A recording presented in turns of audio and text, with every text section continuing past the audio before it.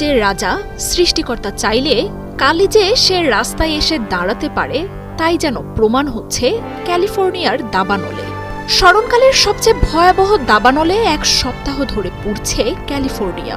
আগুন থামার কোনো লক্ষণ তো নেই, উল্টো এখন 4টি দাবানল ঘিরে ধরছে জাঁকজমকপূর্ণ এই শহরটিকে। তবে সব ছাপিয়ে এখন আলোচনায় হলিউড তারকাদের আগুনে ঘর হারানোর খবর। শত কোটি ডলারের বিলাসবহুল এসব ঘরবাড়ি এখন পরিণত হয়েছে ছাইয়ে। এখানকার এক একটি বাড়ির মূল্য মিলিয়ন ডলারের উপরে।